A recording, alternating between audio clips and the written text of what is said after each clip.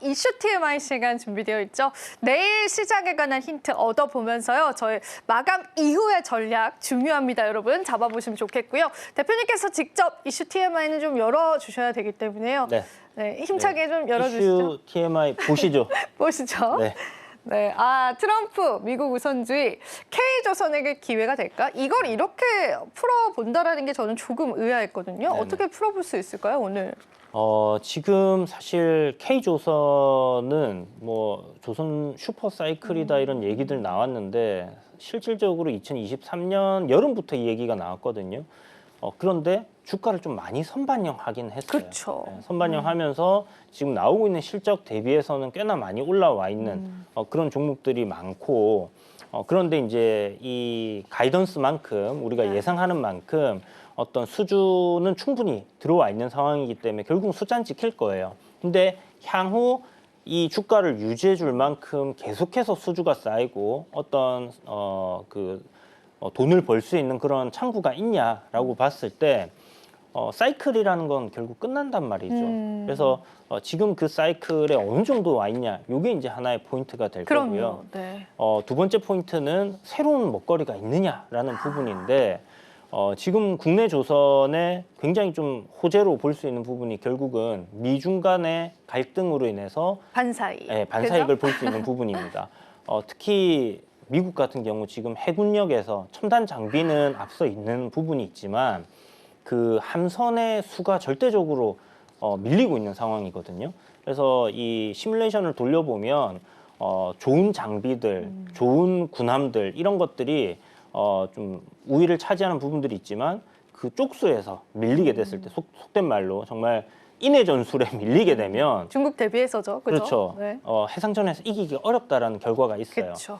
그러다 보니 그러면 중국보다 우리가 더 많은 해군력을 가지고 있거나 비슷하게 가야 되는 상황인데 뭐 미국에 도크 몇 개 있는 거 그거 지금 기존에 해군들 정비하는 데만 써도 모질한 그런 상황이에요. 그러다 보니까 미국 내에서 어떤 군함을 건조하기 위해서는 MRO라고 하죠. 네. 요걸 하고 있는 그 조선소들을 다른 데로 돌려야 돼요. 그런데 그걸 맡아줄 수 있는 곳이 어디냐? 한국뿐이다. 한국. 그리고 이제 일본 정도. 동맹국들 내서 해야 되니까 중국에 그렇죠. 맡길 수는 없잖아요. 실제로 그 미국에 있는 이제 부대가 저희의 조선 그 기업을 방문을 해서 MRO 사업에 관한 공급 계약 체결도 많이 했더라고요. 네네. 그래서 MRO 쪽으로 그러면 대표님은 좋게 보시는 걸까요? 이 조선 안에서도요? MRO 쪽에 향후 매출 나올 수 있는 게 뭐 연간 4조, 3조 이 정도로 예측을 하고 있는데 네. 제가 숫자가 지금 예전에 봤던 그 리포트인데 정확하게 기억이 안 나는데 네. 3, 4조 정도로 들었거든요. 그렇다면 이제 뭔가 새로운 배를 수주하지 않더라도 우리가 기존에는 새로운 배를 선박을 수주했을 때 거기서 신조선가도 봐야 됐고, 그죠? 그 네. 조선가에 따라서 이제 맞아요. 뭐 이렇게 되는데 가만히 이제 도크를 정비만 열어놓고 있으면 해주고. 뭐 들어와서 이제 정비를 맞아요. 받아야 되는 상황이다 보니까 여기에서 발생되는 매출이 일단 고정 매출이 잡힌다라는 거죠. 그래서 기존에는 뭔가 영업을 발로 뛰어가지고 중국과의 경쟁에서 우리가 수주를 해와야 됐다라면 이제는 가만히 앉아서 미군이 들어와서 우리 거 수리해 주세요. 페인트질 다시 해주고 녹 갈아주고 그렇죠. 안에 이제 뭐 머드 있는 거 빼주고 뭐 이렇게 쫙 정비를 깔끔하게 해주면 또 다음 배가 들어와서 또 그런 거를 한단 말이죠. 그래서 여기에서만 들어오는 이익들, 그러니까 뭐 고정적인 수입이 생겼다라고 생각한다라면 굉장히 긍정적인 포인트가 될 수 있는 거죠. 근데 우리가 사실은 뭐 LNG 같은 거는 고부가 가치 사업이다라는 건 좀 많이들 알고 계신데 MRO 사업이 실질적으로 영업이익률이 좋을까에 관해서는 저도 조금은 의문이 들거든요. 아무래도 이제 배를 만들어서 파는 건 아니고 정비 정도의 사업이기 때문에. 그래서 그 부분에 관해서는 대표님은 어떻게 보세요? 이걸 뭐 수익이 안 나게끔 하진 않겠지만 수주를 하진 않았을 네. 거예요. 왜냐하면 누구나 다 아는 사실인데 지금 제가 얘기 드렸던 거 다 아는 사실이에요. 네. 그러면 국내 조선업체에서 그리고 우리가 뭐 출혈 경쟁을 통해서 정말 싸게 돈이 안 되더라도 막 수주를 해야 되냐? 그런 상황이 그런 건 아니거든요. 아니니까. 아쉬운 거는 미군입니다. 미 해군입니다. 그러니까 적당하게 수익이 남는 선에서의 계약을 계속 이어갈 수 있을 것이고 첫 번째 계약은 우리가 이렇게 수주를 해서 이렇게 진행을 했는데 이익이 별로 안 남았어요. 그러면 다음번에는 어떻게 할까요? 이거 이렇게 올려주세요. 안 하면 우리 수주 못해 라고 한다라고 했을 때 뭐 미군이 그러면 안 올려줄까요? 트럼프가 지금 우리나라 상주하고 있는 미군들 방위비 분담금 더 받을 거야 하잖아요. 그렇죠. 우리나라도 그렇게 할 우리도 수 있습니다. 정비비 받을 거야. 우리도 이렇게 되는 정비비 거네요. 뭐 더 받을 네, 거야. 맞네요. 해서 그렇게 할 수 있는 부분이기 네. 때문에 아쉬운 쪽이 사실 뭐 협상에서는 밀리게 되어 있잖아요. 네. 그래서 제가 봤을 때는 특히나 조선 쪽은 예전에 플랜트 수주하면서 출혈 경쟁하면서 굉장히 큰 적자를 봤기 때문에 아마 꼼꼼한 계산을 하고 진행을 하지 않았을까라고 생각을 하기 때문에 그에 대해서는 크게 걱정할 필요는 없다 이렇게 보고 있습니다. 사실상 보안도 중요한 분야이다 보니까 아무 나라에 맡기기는 쉽지 않은 사업인 건 맞는 것 같습니다. 없어요? 네. 네, 일본에 맡기던 네. 우리나라인데 일본보다는 우리가 가격 경쟁력은 있거든요. 그러면 대표님, 뭐 어떻게 MRO 사업을 하는 뭐 하나오션과 같은 그런 종목일까요? 오늘의 승부주는요? 열어주세요 한번. 네, 오늘의 승부주 네. 보시죠. 보시죠. 아니 네. 반전인데요, 대표님? 네.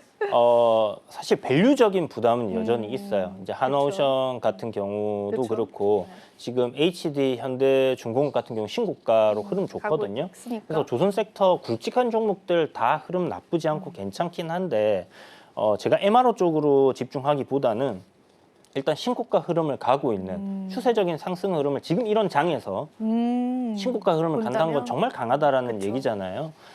성광밴드 같은 경우는 이제 그 LNG 선에 들어가는 피팅이라든지 피팅 밸브? LNG의 액화 플랫폼에 들어가는 피팅 이런 게 이제 다 들어가기 때문에 지금 미국에서의 LNG 액화 플랜트를 지금 늘리고 있는 추세란 말이죠.